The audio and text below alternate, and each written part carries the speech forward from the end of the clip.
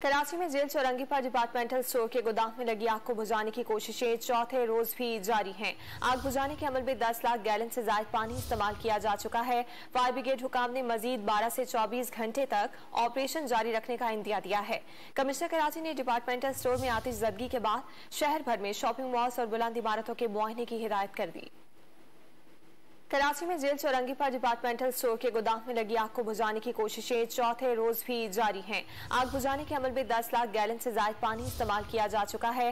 Fire brigade हुकाम ने मजीद 12 से 24 घंटे तक ऑपरेशन जारी रखने का इंदिया दिया है। कमिश्नर कराची ने डिपार्टमेंटल स्टोर में आतिशज़दगी के बाद शहर भर में शॉपिंग मॉल्स और बुलंद इमारतों के मुआयने की हिदायत कर दी। कराची में जेल चौरंगी पर डिपार्टमेंटल स्टोर के गोदाम में लगी आग को बुझाने की कोशिशें चौथे रोज भी जारी हैं। आग बुझाने के अमल में 10 लाख गैलन से ज्यादा पानी इस्तेमाल किया जा चुका है। फायर ब्रिगेड हुकाम ने मजीद 12 से 24 घंटे तक ऑपरेशन जारी रखने का इंदिया दिया है। कमिश्नर कराची ने डिपार्टमेंटल स्टोर में आतिशज़दगी के बाद शहर भर में शॉपिंग मॉल्स और बुलंद इमारतों के मुआयने की हिदायत कर दी।